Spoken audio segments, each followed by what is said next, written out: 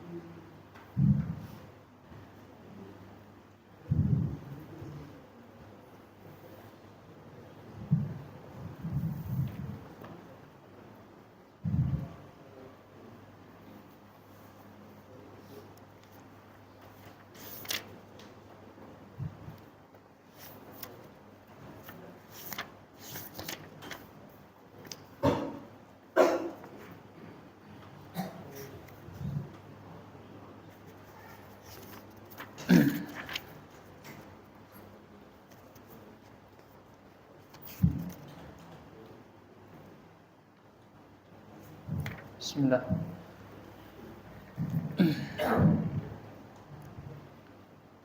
Assalamualaikum warahmatullahi wabarakatuh.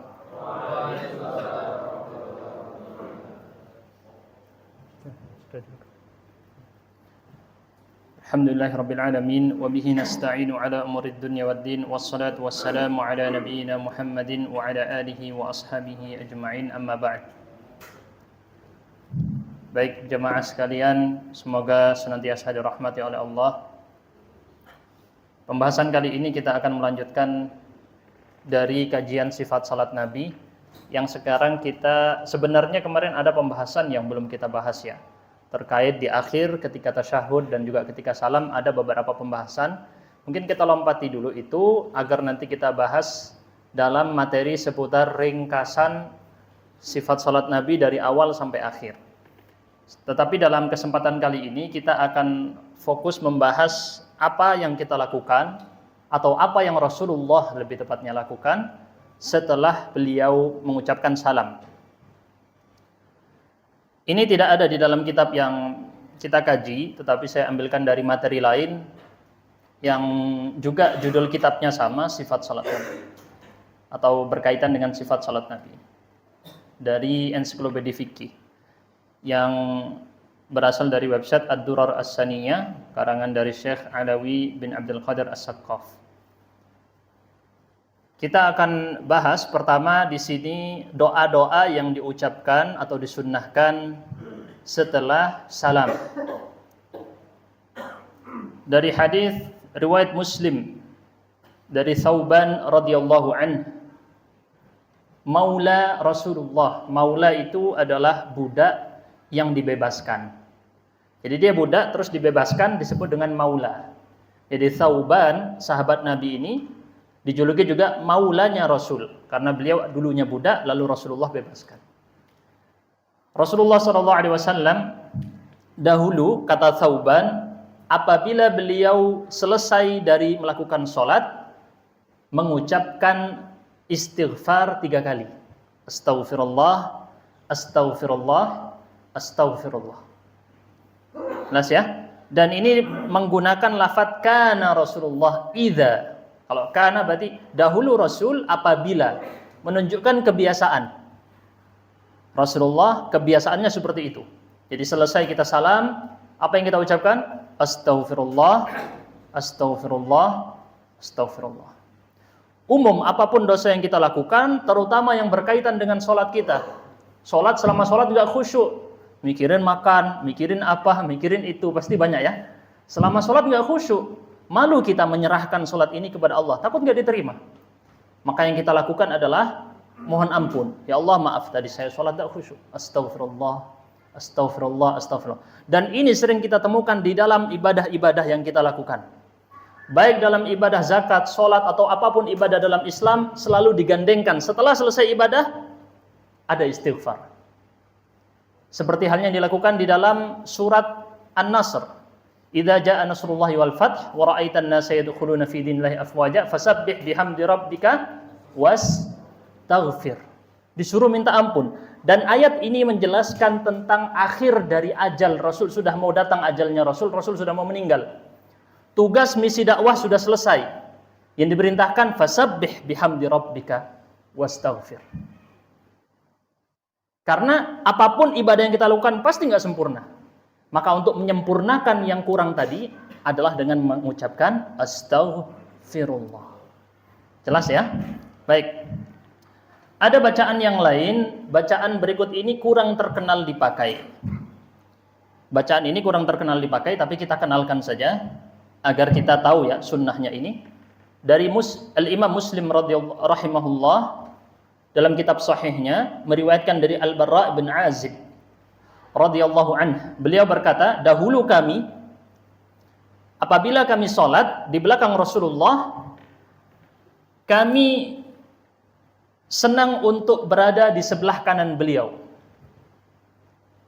Kemudian Rasulullah setelah selesai sholat sebagai imam, beliau berpaling menghadap ke arah kami. Jelas ya? Beliau berpaling menghadap ke arah kami.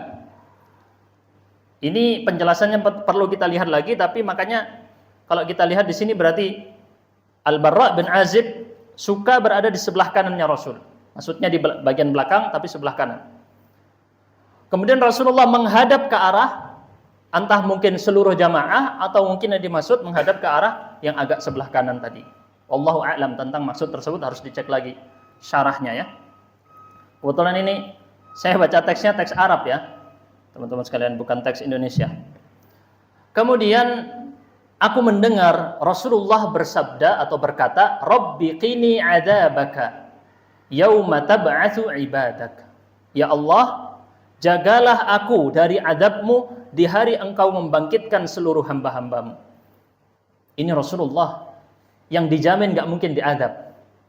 Doanya minta dijaga dari azab. Padahal beliau dijamin gak akan kena azab, tapi beliau selalu meminta ini. Ini diantara doa yang kedua setelah astaghfirullah. Bisa juga dengan mengucapkan ini tadi, Rabbi qini adzabaka yauma tab'atsu ibadak. Rabbi qini jaga aku, adzabaka dari siksamu, yauma tab'atsu ibadak pada hari engkau membangkitkan hamba-hambamu. Doa yang ketiga yang disunnahkan setelah melakukan salat, hadis riwayat Abu Dawud, An-Nasa'i dan Ahmad, disahihkan oleh Al-Imam An-Nawawi dan Ibnul Mulaqqin, juga Ibnu Katsir, juga Ibnu Hajar, juga Al-Albani, juga Al-Wadi'i, bahwasanya Mu'adz bin Jabal radhiyallahu anhu berkata, sesungguhnya Rasulullah sallallahu alaihi wasallam mengambil tangan Mu'adz. Mu'adz ini sahabat Nabi, diambil tangannya begini ya. Maka kemudian Rasul berkata, wahai Mu'adz, demi Allah, sesungguhnya aku benar-benar mencintaimu. Kemudian Rasul mengulangi kedua kalinya, demi Allah, sungguh aku benar-benar mencintaimu. Kemudian Rasulullah mengatakan, usika ya Mu'adz, aku mewasiatkan kepadamu. Wasiat ini biasa nasihat sebelum apa? Wafat ya, meninggal. Aku mewasiatkan kepada kamu, pegang ini ya, la tada'anna, jangan kamu tinggalkan setiap akhir dari salat. Ada perselisihan para ulama tentang akhir ini yang dimaksud. Apakah akhir dari salat itu sebelum salam atau sesudah salam? Ini istilahnya dalam teks hadisnya dubur. Bukan dubur itu ya, tapi dubur dalam bahasa Arab bisa berarti akhir. Akhir itu karena makanya kita bagian ini disebut dengan dubur karena di akhir. Jangan tinggalkan dubur dari salat, maksudnya dubur dari salat bisa maknanya sebelum salam, makanya ada syariat kita berdoa sebelum salam ya. Tapi belum kita bahas doa-doa apa yang dibaca sebelum salam. Atau yang dimaksud adalah setelah salam. Apa yang dibaca? Jangan tinggalkan bacaan ini. Rasulullah pesan ke Mu'adz. Apa itu? Allahumma. Mungkin ada yang tahu di sini ya. Allahumma a'inni ala dzikrika wa syukrika wa husni ibadatika. Allahumma a'inni ala dzikrika wa syukrika wa husni ibadatika. Semoga nanti bisa kita kumpulkan doa-doanya ini yang sudah kita bahas, kita tuliskan nanti di grup WhatsApp sahabat Al-Muhajirin, kita share ya. Apa saja bacaannya. Ini terkenal tapi ini doa ini ya. Apa maksud dari doa ini? Ya Allah, bantu aku untuk terus mengingatmu. Zikir. Bantu aku untuk bersyukur kepadamu. Bantu aku untuk baik dalam beribadah kepadamu. Menunjukkan bahwa seorang hamba nggak bisa dia ibadah, nggak bisa dia istiqomah dengan kekuatannya sendiri, nggak bisa. Dia harus minta kepada Allah, ya Allah bantu aku agar aku bisa terus sholat ini, agar aku bisa istiqomah, bantu aku. Ini adalah doanya, Allahumma a'inni ala dzikrika wa syukrika wa husni ibadatik. Kita bisa hadir di sini semua teman-teman bukan karena kecerdasan kita, bukan karena kehebatan kita. Kita bisa hadir di majelis seperti ini karena bantuan dari Allah. Bukan karena aku hebat, aku taat, aku orang soleh, aku bukan. Disinilah maksud dari alhamdulillah, pujian bagi Allah, bukan buat kita. Kita lanjut ya. Yang keempat ada, tapi ini mungkin tidak terkenal ya, doa ini. Ada lagi bacaan yang keempat setelah sholat, yang khusus doa ini ya, yang dirutinkan oleh Rasul Shallallahu Alaihi Wasallam dari hadis riwayat Abu Daud, Ahmad, Ad-Darqutni, disahihkan oleh An-Nawawi dari Ali bin Abi Thalib radhiyallahu anhu bahwa Rasulullah SAW apabila selesai membaca salam setelah sholat, beliau mengucap Allahumma ghfirli ma qaddamtu wa ma akhartu. Ya Allah, ampunilah aku atas apa yang sudah aku lakukan ataupun yang aku akhirkan, yang aku belum lakukan. Wa ma asrartu wa ma a'lantu. Ampuni aku apa yang aku lakukan secara sembunyi-sembunyi ataupun terang-terangan. Wa ma asraftu wa ma anta a'lamu bihi minni. Di sini engkau yang paling tahu terhadap apa yang berkaitan denganku. Antal muqaddim wa antal muakhir la ilaha illa anta. Bacaan ini mungkin jarang diucapkan oleh kita ya. Tidak terkenal doa ini di antara masyarakat, jarang kita temukan juga di buku-buku zikir. Penting ya untuk kita kenali dari doa ini. Yang kelima, doa yang terakhir yang disebutkan di kitab ini adalah dari sahabat Nabi yang mulia, hadis riwayat Bukhari dari Sa'ad bin Abi Waqqas. Ada yang kenal mungkin Sa'ad bin Abi Waqqas, sahabat yang terkenal sebagai apa? Ada yang tahu? Terkenal sebagai apa? Pemanah ya, ahli pemanah. Sa'ad bin Abi Waqqas terkenal sebagai sang ahli pemanah. Beliau berkata, sesungguhnya Rasulullah Sallallahu Alaihi Wasallam memohon perlindungan dengan hal-hal ini di setiap akhir sholat. Apa itu? Allahumma inni a'udzubika minal jubn. Ya Allah, aku berlindung kepadamu dari pengecutan, kepengecutan. Pengecut ya. Jubn itu takut tapi pengecut. Wa a'udzubika minal bukhl. Aku berlindung dari kebakhilan, pelit. Wa a'udzubika min ardhalil umur. Aku berlindung dari kalau di sini disyarahnya adalah sifat lansia, sifat lemah karena usia tua renta. Wa a'udzubika min fitnatid dunya wa adzabil qabr. Aku berlindung dari cobaan dunia dan azab di dalam siksa kubur. Oke, kita lanjutkan kepada zikir-zikir. Ini di antara doa-doa yang dirutinkan oleh Rasulullah baca setelah salam. Tadi ya. Kita lanjutkan sekarang zikir apa lagi? Sekarang kita akan bahas kepada zikir-zikirnya. Kalau di dalam kitab ini zikir-zikir yang dirutinkan oleh Rasul ada 4 jenis. Nanti kita akan bahas juga cara Rasulullah berzikir. Ya. Ada 4 jenis bacaan zikir yang Rasulullah rutinkan setelah sholat. Kalau tadi adalah doa-doa yang kita sebut ada 5 ya tadi ya. Betul ya 5? 5 apa 6 tadi? 5 ya. Tadi ada astaghfirullah, kemudian ada apa lagi? Allahumma a'inni ala dzikrika wa syukrika wa husni ibadatik. Lalu ada Rabbi qini adzabaka yauma tab'atu ibadak. Kemudian juga ada Allahumma ighfir lima qaddamtu wa ma akhartu sampai seterusnya.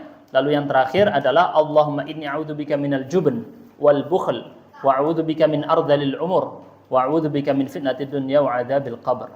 Ada 5 jenis di dalam kitab ini yang dirutinkan oleh Rasulullah sallallahu alaihi wasallam. Karena ini konteksnya kita sedang bahas apa yang Rasulullah ya lakukan, biasakan. Adapun zikir ada 4 jenis yang disebutkan di sini. Pertama adalah bacaan yang kita kenal Allahumma antas salam. Itu ya. Dari Al-Imam Muslim diriwayatkan dari Thauban yang tadi ya, Thauban yang beliau adalah budak yang pernah dibebaskan oleh Rasul sallallahu alaihi wasallam. Thauban meriwayatkan dahulu Rasulullah sallallahu alaihi wasallam apabila beliau selesai dari salatnya mengucapkan apa tadi? Astaghfirullah 3 kali dan mengucapkan Allahumma antas salam wa minkas salam tabarakta ya dzal jalali wal ikram. Ya Allah, engkaulah yang maha salam, maha pemberi keselamatan. Wa minkas salam, darimulah segala keselamatan. Tabarakta, maha berkah Allah, maha berkah engkau ya Allah yang memiliki kemuliaan dan kemuliaan, al-jalal dan ikram, keagungan dan kemuliaan. Adik-adik bisa main di luar ya, kalau bersuara. Adik-adik kalau bersuara di luar, kalau nggak bersuara di dalam nggak apa-apa ya. Baik, kita lanjutkan. Yang kedua, bacaan yang lain sebenarnya untuk saya sempat baca di penjelasan Syekh Al-Albani tentang bacaan Allahumma antas salam. Cuman saya lupa untuk nyari dalilnya ya. Tapi Allahumma antas salam ini dibaca oleh imam sebelum dia balik hadap ke arah makmum. Sunnahnya seperti itu. Jadi dia bacanya Allahumma antas salam wa minkas salam tabarakta ya dzal jalali wal ikram. Kemudian imamnya balik ke arah menghadap ke makmum. Jelas ya? Itu adalah sunnahnya. Jadi dia ucapkan dulu. Setelah istighfar langsung mengucap ini. Ini adalah sunnahnya. Terkecuali nanti ada ketika sholat maghrib dan sholat subuh ada kekhususan bacaan 10 bacaan yang dilakukan 10 kali. Setelah istighfar baca itu dulu dan tidak mengubah posisi duduk. Nanti kita bahas. Ini kebiasaan Rasul sallallahu alaihi wasallam. Zikir yang kedua adalah riwayat dari Bukhari dan Muslim dari sahabat yang mulia Al-Mughirah bin Syu'bah radhiyallahu anhu. Beliau berkata, sesungguhnya Nabi sallallahu alaihi wasallam dahulu berkata di setiap akhir dari salat-salat fardu, salat wajib yang 5. Apa yang dibaca? La ilaha illallah wahdahu la syarikalah lahul mulku wa lahul hamdu wa huwa ala kulli syai'in qadir. Allahumma la mani'a lima a'taita, ada yang tahu? Wa la mu'tiya lima mana'ta wa la yanfa'u dzal jaddi minkal jadd. Ini adalah sebenarnya doa ya.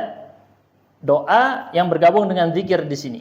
Jadi mengucapkan hal tersebut tadi, la ilaha illallah dengan versi yang panjang tadi, sampai kemudian mengucapkan doa Allahumma la mani'a lima a'tait. Artinya ya Allah, tidak ada satupun yang mampu mencegah apa yang engkau beri. Adik-adik di luar ya, mohon disuruh keluar saja adik-adiknya. Di luar saja kalau bermain ya. Nanti kesini lagi kalau pembagian jajan enggak apa-apa. Nah, keluar dulu. Baik. Kemudian wala mu'tiya lima mana'ta, dan tidak ada yang mampu memberi ketika engkau mencegah. Kalau ada orang ngasih, ada sesuatu yang memberi, enggak ada yang bisa mencegah kecuali Allah. Dan kalau ada yang menahan sesuatu, tidak ada yang bisa memberikannya kecuali Allah. Wala yanfa'u dzal jaddi minkal jadd. Ini artinya saya tidak cek ya untuk arti yang ini. Saya khawatir salah menerjemahkan. Kemudian yang ketiga, kalau al-jadd biasanya itu kemuliaan dan tidak bermanfaat. Sesuatu yang memiliki kemuliaan dari mula al-jadd. Tapi takut salah ya. Ini seperti yang dibacaan doa iftitah. Subhanakallahumma tabarakasmuka wa ta'ala jadduka wa la ilaha ghairuka. Ada wa ta'ala jadduka. Tapi khawatir salah, jadi kita lompati untuk penerjemahan yang teks doa tadi. Belum saya siapkan ya. Berikutnya adalah zikir yang ketiga. Hadis ini diriwayatkan Imam Muslim dari Abdullah bin Zubair. Oleh Abdullah bin Zubair adalah anak dari sahabat Nabi siapa? Az-Zubair ibnul, ada yang tahu? 10, salah satu dari 10 sahabat Nabi yang dijamin masuk surga. Siapa? Az-Zubair ibnul Awwam. Az-Zubair bin Awwam satu dari 10 sahabat yang dijamin surga. Punya anak namanya Abdullah. Abdullah bin Zubair ini adalah termasuk dari sahabat yang mulia dan sempat memimpin kepemimpinan Islam. Jadi beliau sempat menjadi seorang khalifah yang saat itu berlawanan dengan khalifah dari bangsa atau dinasti Umayyah. Abdullah bin Zubair ini memiliki sejarah yang terkenal ketika beliau mengubah bentuk Ka'bah. Ada yang tahu ya? Ada yang pernah tahu ceritanya? Jadi Ka'bah itu aslinya bukan berbentuk kubus kotak, bukan. Seharusnya gimana Ka'bah? Ada yang tahu? Berbentuk balok, memanjang. Makanya ada Hijr Ismail, tahu Hijr Ismail ya? Yang lingkaran begini, setengah lingkaran. Itu Anda kalau tawaf tidak boleh memotong itu. Karena itu bagian dalam Ka'bah. Jadi kalau tawaf harus mengelilingi Ka'bahnya dan Hijr Ismailnya. Karena aslinya Ka'bah yang sebenarnya dibangun di zaman Nabi Ibrahim adalah memanjang, balok, bukan kotak. Dan Rasulullah waktu itu ingin membentuk kembali seperti di zamannya Nabi Ibrahim, tetapi khawatir kaumnya menentang, dianggap ini Muhammad mengubah Ka'bah. Maka beliau tidak lakukan. Abdullah bin Zubair ketika beliau menjabat kepemimpinan, beliau ubah. Kemudian terjadilah fitnah, Abdullah bin Zubair dilengsarkan dari kepemimpinannya. Pemimpin dari bangsa atau dinasti Umayyah mengubah lagi bentuk Ka'bahnya seperti sekarang bentuk kotak. Akhirnya seluruh ulama sepakat tidak boleh diubah lagi. Khawatir nanti ganti pemimpin, ganti bangunan Ka'bah. Diubah lagi Ka'bahnya jadi panjang. Ganti pemimpin lagi, diubah lagi jadi pendek. Dan seterusnya. Jadi dilarang setelah itu oleh para ulama, walaupun itu sunnah. Jadi tidak selalu sunnah yang diinginkan Rasul harus dilakukan. Ini Rasulullah ingin lakukan, tapi nggak bisa, khawatir terjadi fitnah. Maka ditahan ketika itu, tidak dibangun dengan bentuk balok memanjang. Jadi Ka'bah bukan kotak aslinya ya. Ka'bah aslinya adalah memanjang. Makanya disunnahkan Anda sholat di dalam Hijr Ismail tadi. Ini menunjukkan dalil bahwa umat Islam tidak menyembah Ka'bah. Karena ketika Anda masuk ke dalam Ka'bah, Anda bebas sholat ke arah manapun Anda mau. Berarti kita tidak menyembah Ka'bah, betul ya? Kita masuk ke dalam Ka'bah itu kita boleh sholat ke arah manapun bebas. Itu kalau sholat di dalam Ka'bah. Ini dalil bagi misalnya dengar ada orang-orang yang menyerang akidah kita, dia bilang, ini umat Islam menyembah Ka'bah. Tidak menyembah Ka'bah. Kita membutuhkan tempat arah kiblat yang jelas. Antum bayangkan kalau nggak ada kiblat, kita sholat di sini ada yang hadap sana, ada yang hadap situ ya, ada yang hadap sini, beda-beda nanti sholatnya arahnya. Makanya ada kiblat. Aneh kalau ada yang hadap sana, nanti ada yang sholatnya hadap sana, bingung. Kita lanjutkan berikutnya dari Abdullah bin Zubair. Beliau mengatakan Rasulullah memiliki kebiasaan setelah selesai salam, apa yang beliau ucapkan? La ilaha illallah wahdahu la syarikalah, lahul mulku wa lahul hamdu wa huwa ala kulli syai'in qadir. Ditambah la haula wa la quwwata illa billah. Tidak ada daya dan kekuatan kecuali dengan bantuan Allah. La ilaha illallah wa la na'budu illa iyyah. Lahun ni'mah wa lahul fadl wa lahul thana'ul hasan. La ilaha illallah mukhlishina lahuddin walau karihal kafirun. Dan Rasulullah beliau mengatakan bertahlil, ini disebut dengan bacaan tahlil, la ilaha illallah dan seterusnya, disingkat dalam bahasa Arab tahlil, bacaan tahlil. Dibaca tahlil ini setiap selesai sholat. Ini adalah jenis bacaan yang ketiga. Saya ulangi lagi, berarti tadi pertama adalah Allahumma antas salam dan seterusnya. Yang kedua adalah la ilaha illallah dan seterusnya ditambah dengan Allahumma la mani'a lima a'taita. Ini juga doanya ya, penting. Kemudian yang ketiga versi panjang yang lain dari la ilaha illallah, versi yang lain. Yang keempat adalah yang kita kenal biasanya dengan apa? Tasbih, tahmid, takbir setiap selesai sholat. Tasbih apa bunyinya? Subhanallah. Kalau tahmid, alhamdulillah. Takbir, oke, bacaannya kita hafal. Tapi apakah ketika kita membaca, zikirnya hanya berjalan di lisan, tidak ada dalam pikiran dan hati, kering, jadi cuma ucapan doang, tapi tidak ada penghayatan. Nah ini mungkin kejadian dari sebagian besar kita. Zikir sebatas lisan, zikir sebatas mulut, tapi perenungan, pemaknaan, alhamdulillah ya Allah, terima kasih hari ini aku diberi begini. Ini semua, aku sekarang dapat jabatan begini, aku sekarang dapat gaji begini, aku sekarang dikasih sehat begini karena engkau. Bukan karena kehebatanku, bukan karena aku cerdas, bukan karena aku kayak gitu ya, membanggakan diri sendiri. Ya, ini yang sekarang dimainkan oleh medsos.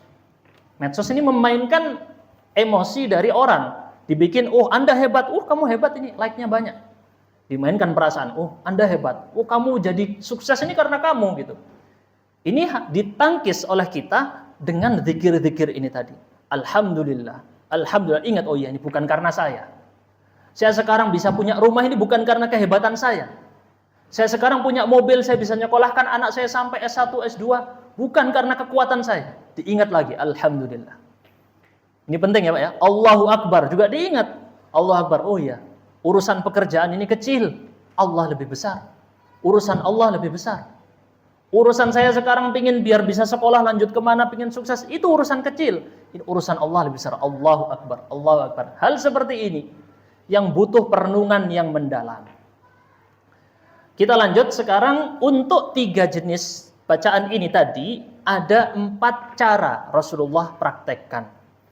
Pertama, cara yang pertama atau disebut dengan sifat yang pertama adalah bacaan subhanallah 10 kali, alhamdulillah 10 kali, Allahu Akbar berapa?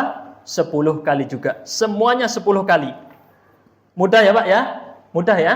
Oke, Ustaz kalau 33 kayaknya kebanyakan. Aku pengen cepet-cepet pulang ke kamar rebahan ya, main HP. Ya langsung subhanallahnya 10 kali, alhamdulillahnya 10 kali, Allahu Akbarnya 10 kali. Dan jangan khawatir teman-teman, zikir seperti ini tidak harus ketika dalam masjid. Sambil perjalanan ke mes, sambil perjalanan ke tempat kerja, bisa. Nggak harus setelahnya sholat, sambil jalan itu tadi, daripada dipakai hal yang tidak berguna, tidak bermanfaat, dipakai membaca zikir setelah sholat yang ketinggalan. Oh nggak sempat, aku sambil jalan ke mes, dapat itu Pak. Antum baca, dapat banyak sekali. Bisa 100 istighfar ya, sampai ke mes. Nah, kita lanjutkan. Jadi, apa dalilnya tentang ini? Hadis riwayat Bukhari dan Muslim dari Abu Hurairah radhiyallahu anhu.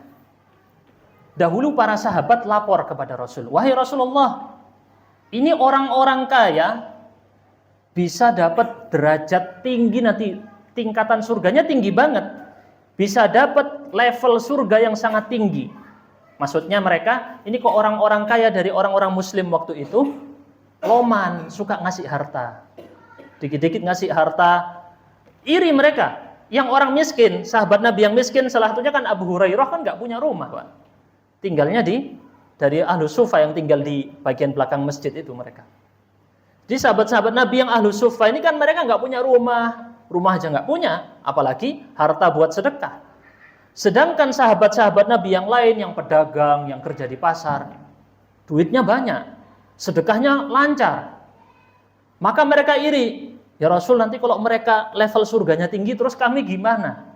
Enak dong mereka di atas, kami level surganya biasa-biasa aja. Maka mereka melapor. Kemudian Rasul mengatakan, loh gimana itu maksudnya, kata Rasul. Kata para sahabat, mereka sholat sebagaimana kami sholat. Mereka berjihad sebagaimana kami berjihad.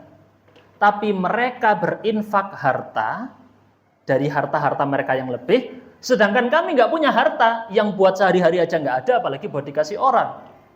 Gitu ya. Jadi bedanya sholatnya sama sholat, jihadnya sama jihad, giliran infak sedekah kami nggak sama. Berarti pahala mereka lebih banyak. Maka kemudian Rasulullah mengajarkan, maukah kalian aku beritahu dengan suatu perkara yang kalian bisa mencapai level orang-orang sebelum kalian, umat-umat terdahulu, dari zaman nabi-nabi terdahulu. Dan kalian akan mengalahkan siapapun yang datang setelah kalian. Generasi muslim yang setelahnya kalah semua sama mereka. Dan tidak ada seorang pun yang datang dengan apa yang seperti kalian datangkan ini, ya. Dan tidak wala ya'ti ahadun bimithli ma ji'tum bihi illa man jaa'a bimithlihi. Maksudnya tidak ada seorang pun yang bisa setara dengan kalian kecuali dia harus mendatangkan dengan yang semisal yang kalian lakukan. Apa ini yang harus didatangkan? Kalian membaca tasbih setiap selesai sholat 10 kali. Alhamdulillah 10 kali. Allahu Akbar 10 kali. Zikir ini akan meningkatkan derajat kita mencapai umat-umat soleh terdahulu dari para nabi terdahulu. Ringan ya zikirnya ya, tapi ganjarannya tinggi. Dan tidak ada yang bisa mengalahkan derajat ini kecuali orang yang mendatangkan yang semisalnya. Alias kalau Anda lebihkan jadi 11, dapat pahala lebih daripada yang baca 10. Faham ya kira-kira ya? Baik. Jadi ringan banget. Insya Allah semoga bisa kita amalkan. Dan ini keunikannya Islam. Ada amal-amal yang ringan, ada amal-amal yang agak berat, ada amal-amal yang terlihat berat. Dan kita membiasakan dengan yang ringan-ringan tapi istiqomah. Nanti kalau sudah bosan dengan yang ringan, pelan-pelan naik agak tinggi. Jadi sekarang subhanallah 10 kali aja, nggak usah lebih, nggak apa-apa. Nanti kalau aduh kayaknya nanggung 10 tak tambah wis. Nah kayak gitu ya. Jangan berat-berat langsung 33 atau 100. Nanti malah besoknya nggak lagi karena kecapean. Jadi dibiasakan dengan yang ringan-ringan dulu. Kemudian sifat yang kedua adalah subhanallah 25 kali, alhamdulillah 25 kali, Allahu Akbar 25 kali, tahlil 25 kali. Jadi semuanya 25, total berapa? 100 ya. Baik, diingat ini adalah sifat yang kedua. Hadis riwayat Tirmidzi dan Nasa'i disahihkan oleh At-Tirmidzi. Dari Zaid bin Thabit radhiyallahu anhu, kami diperintahkan untuk bertasbih, diperintahkan berarti kalau sahabat bilang kami diperintahkan berarti Rasulullah menyuruh ya. Rasulullah memerintahkan kami membaca setelah selesai sholat 33 tasbih, 33 tahmid, 34 takbir. Jadi yang takbir khusus 34. Agar genap jadi berapa? 100 ya. Kalau 33, 99 kan? Yang takbir ditambah 1 jadi genap 100. Kemudian seseorang dari sahabat Ansor mimpi. Kemudian dia berkata, Rasulullah memerintahkan kalian bertasbih 33, bertahmid 33, bertakbir 34. Maka kemudian dia berkata, iya. Maka di dalam mimpi tersebut sepertinya ini ya, kalau kita lihat di dalam teks hadisnya, maka jadikanlah 25 dan jadikanlah tahlil bersamanya. Jadi dia di dalam mimpi, entah di sini mimpinya melihat apa, kita tidak dijelaskan di dalam teks hadis ini. Yang jelas di dalam mimpi tersebut dia bertemu dengan sosok yang bertanya, apakah Rasul memerintahkan kalian membaca 33, 34? Dia berkata iya. Kemudian sosok ini memerintahkan, ubahlah menjadi 25, ditambah tahlil 25. Maka kemudian orang yang lihat mimpi besoknya datang kepada Rasul SAW dan menyampaikan ceritanya kepada Rasul. Maka kemudian Rasul memerintahkan, if'alu, lakukanlah itu. Ini diantara jenis sunnah yang sifatnya persetujuan. Rasulullah menyetujui isi dari mimpi orang tersebut. Jadi mimpi tidak bisa menjadi dalil dengan sendirinya. Wah aku mimpi Ustadz, melakukan ini disuruh melakukan ini, nggak bisa menjadi dalil. Kecuali ada pembenaran dari Rasul Shallallahu Alaihi Wasallam. Jelas ya Pak ya? Nggak bisa antum tiba-tiba terus antum mimpi punya anak antum sembelih. Apa terus antum sembelih anaknya? Nggak ya, seperti Nabi Ibrahim, nggak bisa ya. Jadi mimpi adalah wahyu bagi para nabi saja. Dalam hadis yang sahih, mimpi menjadi wahyu bagi para nabi saja. Kita umat Islam, mimpi bukan dalil, tidak bisa menjadi dalil kecuali Rasulullah benarkan. Oke, kita lanjutkan kepada jenis yang ketiga yang kita kenal biasanya, 33 tasbih, 33 tahmid, 34 takbir. Nah, apa keutamaannya? Ya, keutamaannya adalah sebentar ya.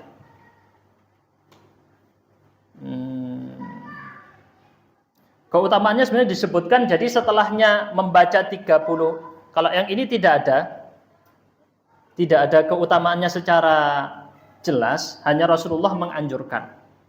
Di dalam hadis riwayat Muslim dari Ka'ab bin Ujrah. Kalau yang jenis yang keempat ada keutamaan yang tinggi. Ini yang versi lain, yaitu 33 semua. Penutupnya yang terakhir yang ke-100 adalah la ilaha illallah wahdahu la syarikalah lahul mulku wa lahul hamdu wa huwa ala kulli syai'in qadir. Nah, hadis ini hadis riwayat Muslim dari Abu Hurairah.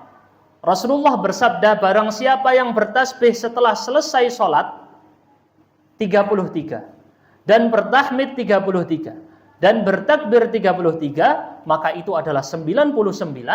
Lalu dia mengucapkan ketika penyempurnaan yang 100, dia mengucapkan la ilaha illallah wahdahu la syarikalah lahul mulku wa lahul hamdu wa huwa ala kulli syai'in qadir. Maka dia, kata Rasul, akan diampuni dosa-dosanya walaupun dosanya sebanyak buih di lautan. Buih di lautan banyak banget ya. Sangat banyak gelembung-gelembung itu. Sebanyak itu dosa antum semuanya akan diampuni. Ini janji yang Rasulullah sampaikan di dalam hadis riwayat Muslim. Ini enaknya jadi umat Islam, amalannya ringan-ringan tapi ganjarannya berlipat ganda, mengalahkan ganjaran orang-orang Nabi terdahulu. Maksudnya umat-umat Nabi terdahulu. Baik. Ini juga yang dijelaskan oleh Rasul, sampai-sampai kata Rasul, kalian akan mencapai level yang mengalahkan umat-umat yang telah mendahului kalian. Hadis riwayat Bukhari. Sampai mengalahkan level umat-umat yang datang sebelum kalian. Dari umatnya Nabi Ibrahim, umatnya Nabi Musa, umatnya Nabi Isa, umat para nabi terdahulu kalah semua dengan amalan barusan ini. 33 ditutup dengan la ilaha illallah yang versi panjangnya. Insya Allah semua sudah hafal ya. Baik, kita lanjutkan cara Rasulullah berzikir. Baik, untuk cara kita akan bahas dulu. Pertama, disunnahkan untuk melakukannya menggunakan jari jemari. Karena Rasulullah mempraktekannya dengan jari, secara langsung Rasulullah mempraktekannya. Ustaz, bagaimana dengan menggunakan alat tasbih atau alat pengukur yang modernnya cetek gitu ya? Ntar kita bahas ya. Sekarang kita bahas dulu yang Rasulullah sifatnya adalah dalam berzikir menggunakan jari jemari. Dan ini diriwayatkan dari Abu Daud, At-Tirmidzi, Ahmad, Ibnu Hibban, dihasankan sanadnya oleh An-Nawawi dan Al-Iraqi dan juga Ibnu Hajar. Dari Yasirah binti Yasir, beliau termasuk sahabat Nabi yang kalangan muhajirah. Rasulullah SAW berkata kepada kami, jadi Rasul terkadang ada sesi-sesi khusus untuk pengajian khusus perempuan. Itu beliau lakukan. Ya nisa'al mu'minat, kata Rasul, wahai istri-istri, wahai para kaum wanita yang beriman. Lakukanlah oleh kalian tahlil, tasbih, dan takdis. Takdis ini yang ada pujian lafadz kudusnya ya, kemungkinannya ya. Karena di sini tidak dijelaskan, harus kita lihat penjelasannya juga. Biasanya yang subuhun quddusur rabbuna itu ya. Dan janganlah kalian lalai sehingga kalian terlalaikan dari rahmat Allah. Dan lakukanlah zikir tadi dengan anamil. Anamil jamak unmulah ini Pak. Ruas-ruas jari. Ini namanya anamil. Berarti ini adalah sunnah dalam berzikir menggunakan apa? Ruas jari ini. Rasulullah yang mempraktekkannya. Dan ini disunnahkan. Kenapa kata Rasul? Fa innahunna mas'ulat mustantaqat. Kata Rasul sesungguhnya ruas-ruas jari ini akan ditanya nanti di hari kiamat dan mereka akan dibuat bisa berbicara. Ini akan berbicara untuk apa ketika dia di dunia dilakukan? Apakah untuk begini-begini saja, ya? Scroll, tek, scroll, atau untuk berzikir. Betul ya? Jarinya ini makanya dipakai untuk scroll doang, scroll terus ya sehari-hari, atau dia untuk berzikir. Jadi ini diantara sunnahnya. Kemudian dalam hadis riwayat Abu Daud At-Tirmidzi dan juga dihasankan oleh An-Nawawi dan Ibnu Hajar dari Abdullah bin Amr bin As, sahabat Nabi yang terkenal sebagai ahli ibadahnya para sahabat. Beliau melihat Rasulullah bertasbih menggunakan tangan kanan beliau. Sunnahnya pakai tangan kanan ya. Tangan kirinya tidak usah ikut dulu yang di sini. Kalau kita lihat mengikuti cara Rasulullah Sallallahu Alaihi Wasallam. Jelas ya. Baik Ustadz, bagaimana dengan menggunakan alat bantu? Saya misalnya sudah usia udah cepat lupa. Saya tadi udah berapa lupa ya. Maka pakai alat bantu gimana? Jadi ini memang dilakukan oleh sebagian sahabat Nabi. Ini dilakukan oleh sebagian sahabat Nabi. Sebentar, saya kasih. Pertama harus kita tahu dulu yang lebih mulia dan lebih utama adalah berzikir dengan jari jemari. Tetapi ketika menggunakan alat bantu bukan termasuk hal yang terlarang. Kenapa? Karena para sahabat Nabi juga melakukannya. Jadi alat-alat tasbih yang kita tahu ini yang pakai biji-bijian ya, itu juga ada dalilnya karena para sahabat Nabi melakukannya. Hanya saja, nah ini catatan penting Pak. Kalau antum pernah ada yang tahu rosario? Ada yang tahu rosario? Pernah dengar kata rosario? Nggak pernah tahu ya rosario? Orang Kristen, orang Katolik, antara Kristen atau Katolik, seingat saya Katolik ya, punya tasbih juga namanya rosario, persis. Seperti tasbih yang kita pakai. Jadi perkaranya itu yang mungkin sebagian ulama memandang kurang bagus. Kenapa? Karena mirip dengan di agama lain ada rosario. Di agama Buddha juga antum tahu lah ya, yang besar-besar itu ya. Kayak kadang ada yang pernah saya lihat video dulu, sebagian umat Islam tasbihnya pakai tasbih ukuran satu masjid gini Pak. Jadi zikirnya Allahu Akbar, Allahu Akbar, Allahu Akbar. Ya ini terlalu berlebihan ya. Karena para sahabat Nabi dulu walaupun menggunakan alat bantu tidak lebay seperti itu ya. Kita lihat bagaimana. Tapi ingat dulu, yang lebih utama yang mana? Menggunakan jari atau menggunakan alat bantu? Menggunakan jari. Karena Rasulullah melakukan dan Rasulullah menganjurkan dan Rasulullah bilang jari ini akan ditanya nanti. Nah, tetapi menggunakan alat bantu pun boleh-boleh saja. Ini diriwayatkan dari para sahabat Nabi. Bentar ya. Saya lihat di sini dari Majmu' Fatawa, sebagaimana datang dalam Majmu' Fatawa Syekhul Islam Ibnu Taimiyah. Saat itu diriwayatkan bahwa para sahabat melakukan hal tersebut, yaitu mereka menghitung zikir dengan menggunakan biji-bijian dan kerikil. Kerikil dipakai, kerikil dihitung gitu ya. Ditaruh di dalam kantong khusus kerikilnya atau biji-bijian dikumpulkan, jadi ngitungnya pakai biji-bijian tadi. Sehingga dia punya target sehari-hari, saya sehari harus berapa, saya sehari harus berapa gitu ya misalnya. Dan sungguh Rasulullah telah melihat Ummul Mukminin, istri beliau juga melakukan bacaan tasbih menggunakan kerikil. Dan Rasulullah membenarkan hal itu. Rasulullah membenarkan hal tersebut, dibolehkan. Dan diriwayatkan juga bahwa Abu Hurairah bertasbih menggunakan kerikil.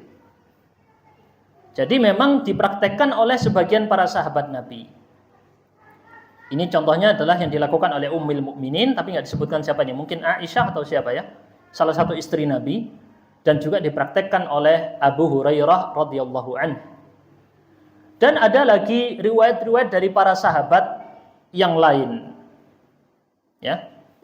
Riwayat lagi dari para sahabat yang lain. Sebutkan juga dalam hadis riwayat Tirmidzi, hadis Safiyah.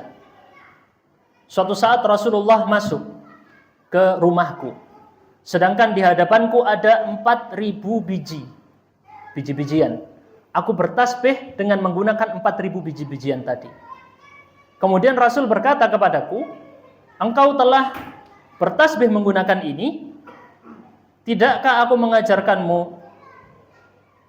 dengan yang lebih banyak dari apa yang engkau tasbihkan? Atau ala u'allim, tidakkah kamu mau aku mengajarkan kamu dengan yang lebih banyak pahalanya daripada yang sekarang kamu baca tasbihnya? Maka dia mengatakan, ajarkan kepadaku ya Rasulullah. Kemudian Rasul mengajarkan bacaan subhanallah adada khalqih. Ini mungkin subhanallah adada khalqih wa rida nafsihi wa zinata 'arsyihi wa midada kalimati, itu mungkin ya. Atau yang mungkin ada teks lain, cuma di sini enggak disebutkan dengan lengkap oleh Asy-Syaukani. Jadi dipraktekkan oleh sahabat Nabi, istri beliau, dan dibenarkan. Cuman sih saya belum lihat sahih tidaknya dari hadis tersebut.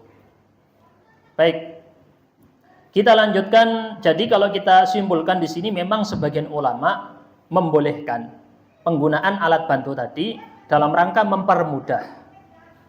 Tetapi keutamaannya lebih utama yang menggunakan tangan atau sama sebenarnya, sebab ada pembenaran juga di sini oleh Rasulullah SAW di dalam mempraktekkannya. Wallahu a'lam bishawab.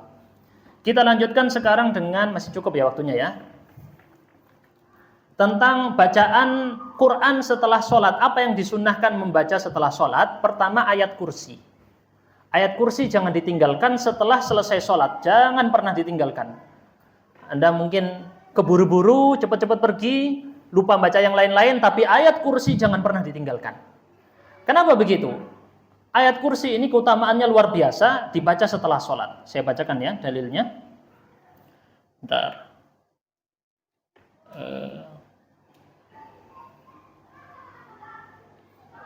Baik.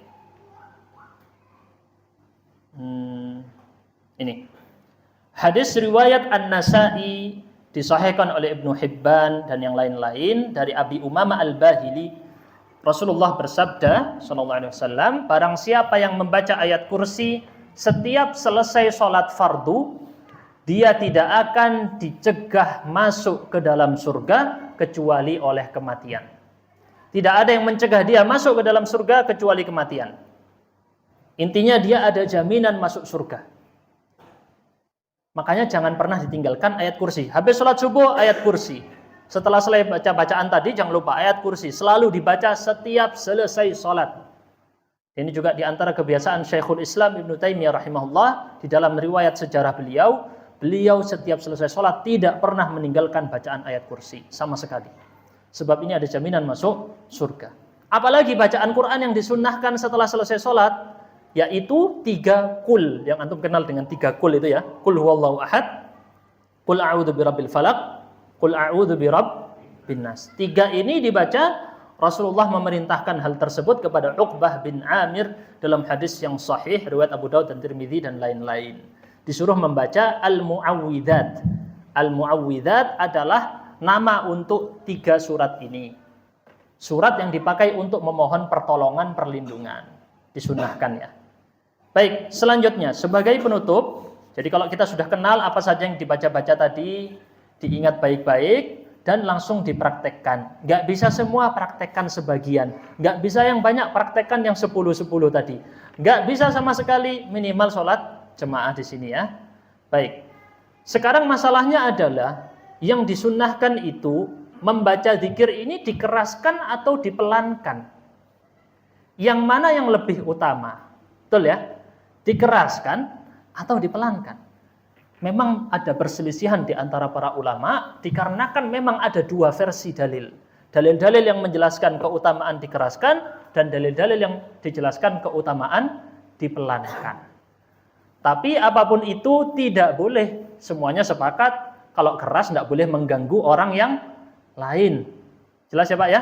Ada orang sholat, antum tidak boleh mengganggu dia dengan bacaan Quran ataupun zikir. Apalagi ganggunya orang yang di luar masjid. Lagi tidur, lagi apa ya? Ini termasuk hal yang tidak boleh mengganggu masyarakat sekitar, apalagi masyarakatnya juga ada non-muslim. Dijaga baik-baik hal ini. Kita jelaskan dulu. Pertama, mereka yang berpendapat zikir ini dikeraskan setelah sholat. Siapa saja itu? Ini adalah pendapat sebagian madhab Hanafi dan kalangan terakhir dari madhab Hambali, dipilih oleh Ibnu Hazm, dipilih oleh Ibnu Taimiyah, dipilih oleh Syekh bin Baz, juga Ibnu Utsaimin. Justru dikeraskan. Ya, teman-teman mungkin agak pertama kali dengar, justru madhab yang dipegang di Arab Saudi adalah zikirnya dikeraskan setelah selesai sholat. Ini banyak yang tidak tahu. Saya juga dulu saya pikir dipelankan, tapi karena saya belajar dengan guru-guru saya dari Arab Saudi, setiap mereka selesai sholat bacanya dikeraskan zikirnya. Astagfirullah, astagfirullah, bahkan terdengar dengan mikrofon. Saya juga kaget loh, kayak gitu ya prakteknya. Ternyata memang ada dalil-dalilnya. Dalilnya apa? Kita lihat sejenak sebentar ini. Gini kalau ilmunya di internet ya, nunggu loading gitu. Seharusnya ilmunya ini di hafalan gitu ya. Ustadznya nggak hafal ya, nunggu internet ya, nggak apa-apa. Yang penting ilmunya valid gitu, alhamdulillah ya. Tapi ilmunya orang zaman sekarang ini kalau internetnya hilang juga ilmunya ya. Aduh. Baik. Tentang hal ini, pertama adalah dalil riwayat Bukhari dan Muslim dari Ibnu Abbas radhiyallahu anhuma, bahwasanya mengangkat suara ketika zikir, ketika orang-orang selesai dari sholat fardu adalah yang dipraktekkan di masa Rasulullah sallallahu alaihi wasallam. Ini kata Ibnu Abbas. Ini kata Ibnu Abbas dipraktekkan. Bahkan beliau dalam lafaz yang lain, kami tidak tahu sholatnya selesai kecuali karena Rasulullah mengangkat suara dengan bacaan takbir. Jadi dia tahu, para sahabat, dari bacaan Rasulullah zikirnya memang dikeraskan. Kemudian dalil-dalil yang lain ya seperti yang kita lihat tadi, sahabat-sahabat Nabi mendengarkan Rasulullah mengucap bacaan-bacaan tertentu. Gitu ya. Bacaan-bacaan tertentu kedengaran, aku mendengar Rasulullah mengucap ini, aku mendengar Rasulullah mengucap ini. Ini menunjukkan bacaan Rasulullah terdengar, alias agak dikeraskan. Tapi saya beri catatan tadi, tidak boleh kerasnya itu mengganggu orang yang sedang beribadah juga. Pendapat yang kedua, tidak disyariatkan mengeraskan zikir setelah sholat. Ini adalah madhab Maliki, madhab Syafi'i, madhab sebagian Hanafi. Dan diriwayatkan oleh banyak sekali para ulama, bahkan disebut dengan pendapat mayoritas ulama. Jadi madhab Syafi'i yang dipakai oleh mayoritas negeri kita, seharusnya yang disunahkan adalah tidak dikeraskan. Ini di dalam teks-teks kitab madhab Syafi'i, di dalam kitab Majmu' punya karya An-Nawawi, ataupun di dalam kitab Al-Um oleh Al-Imam Asy-Syafi'i sendiri. Apa dalilnya yang menyatakan bahwa tidak dikeraskan? Allah Subhanahu wa taala berfirman, "Wala tajhar bi shalatika wala tukhafit biha." Jangan dikeraskan bacaan doamu. Kemudian juga terdapat ayat-ayat yang lain, "Ud'u rabbakum tadarruan wa khufyah." Doalah kepada Tuhanmu dengan tadarru', merendah, memohon, dan dalam keadaan sembunyi-sembunyi. Sembunyi-sembunyi, pelan-pelan. Ayat-ayatnya berbicara seperti itu. Dan juga hadis yang terkenal dari Abi Musa al-Asy'ari, riwayat Bukhari dan Muslim, dahulu kami bersama Nabi. Dan kami ketika itu sedang berada menuju lembah. Kami mengucap tahlil takbir dengan suara yang keras. La ilaha illallah, Allahu Akbar. La ilaha illallah, kencang ya para sahabat berteriak. Maka Nabi SAW mengatakan, wahai manusia, irba'u ala anfusikum. Fa innakum la tad'una asam wala ghaiban innahu ma'akum sami'un qarib.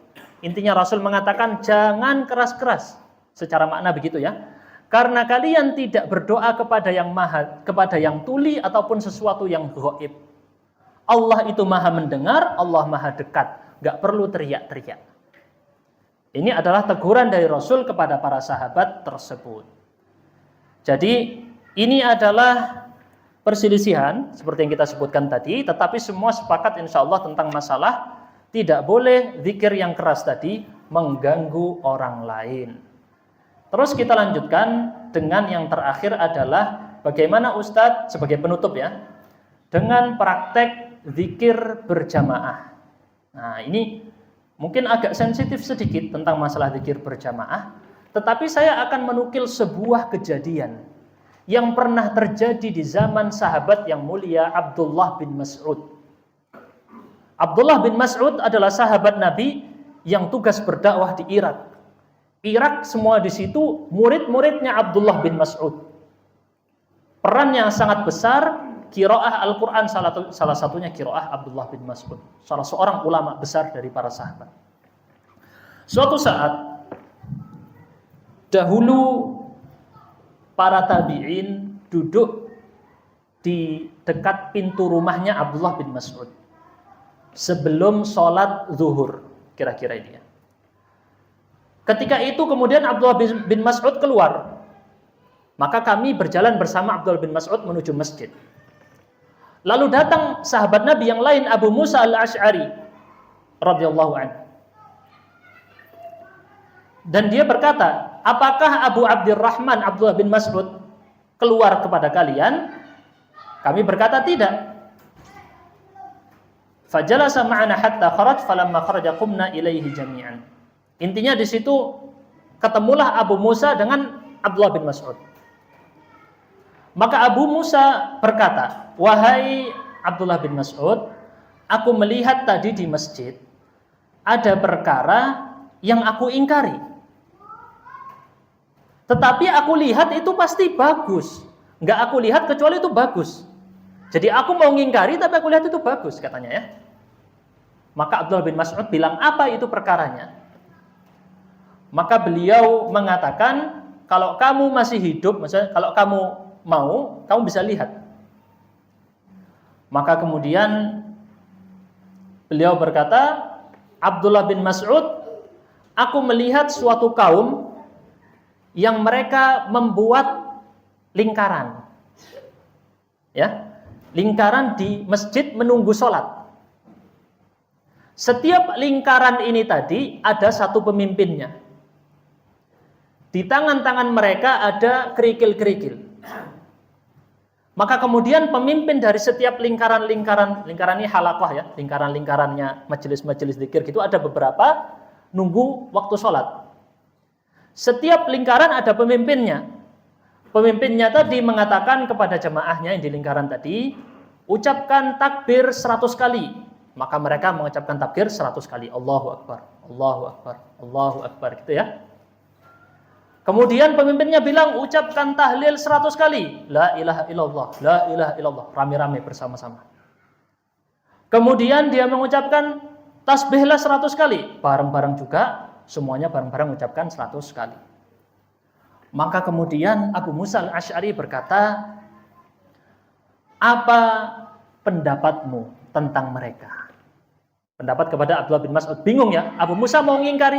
Ini aku ingkari karena ini gak ada di zaman Rasulullah dan para sahabat nggak mempraktikkan cara ini. Tapi kata Abu Musa al-Ash'ari, tapi ini bagus. Bingung ya. Maka kemudian minta pendapat ke Abdullah bin Mas'ud yang memang terkenal lebih dalam keilmuannya. Kemudian Abu Musa mengatakan, aku tidak berkata, oh maaf, saya salah jelaskan. Abdullah bin Mas'ud nanya kepada Abu Musa, wahai Abu Musa, apa yang kamu lakukan menghadapi mereka? Maka Abu Musa mengatakan, aku tidak mengatakan sesuatu apapun, menunggu pendapatmu wahai Abdullah bin Mas'ud, atau menunggu perintahmu. Maka Abdullah bin Mas'ud mengatakan, tidakkah kamu memerintahkan kepada mereka untuk mereka menghitung kesalahan-kesalahan mereka? Maka kemudian Abdullah bin Mas'ud berangkat dan bersama para sahabatnya pergi ke masjid tadi. Ya. Kemudian Abdullah bin Mas'ud menemui halaqah-halaqah itu tadi, lingkaran-lingkaran orang-orang bermajelis zikir berjamaah tadi. Maka kemudian Abdullah bin Mas'ud mengatakan, "Ma hadzal ladzi arakum tasna'un?" Apa ini yang aku lihat kalian melakukannya ini? Maka mereka menjawab, "Wahai Abu Abdurrahman, ini adalah kerikil-kerikil yang kami pakai untuk menghitung takbir, menghitung tahlil, menghitung tasbih."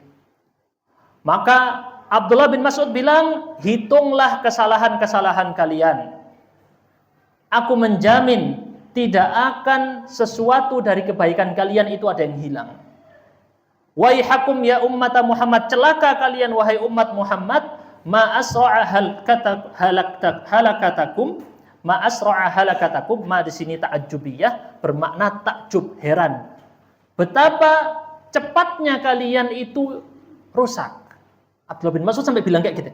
Betapa cepatnya kalian rusak.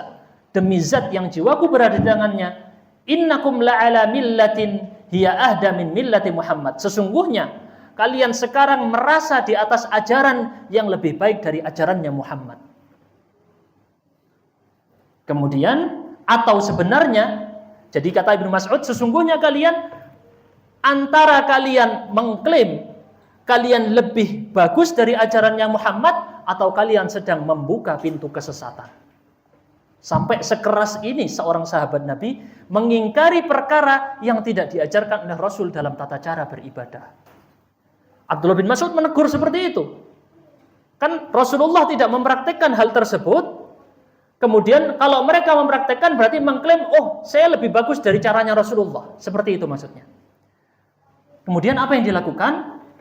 Orang-orang tadi membantah Abdullah bin Mas'ud. Mereka bilang, wahai Abu Abdurrahman, kami tidak mau hal ini kecuali kebaikan saja. Maksudnya, ya ini loh yang kami lakukan, ini loh baik semua. Gitu ya.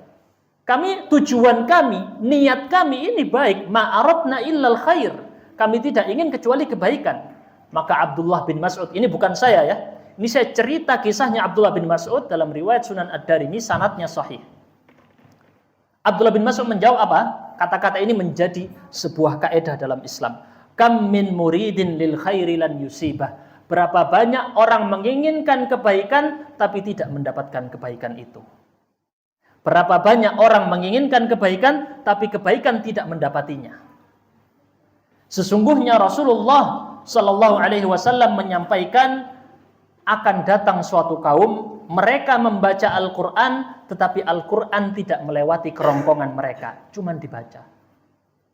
Waimullah, ma adri la'alla aktsaruhum minkum. Aku tidak tahu, demi Allah, aku tidak tahu, barangkali kebanyakannya adalah kalian. Menyinggung tentang kaum yang disebutkan oleh Rasul, mereka membaca Al-Quran, tapi Qurannya tidak melewati kerongkongan.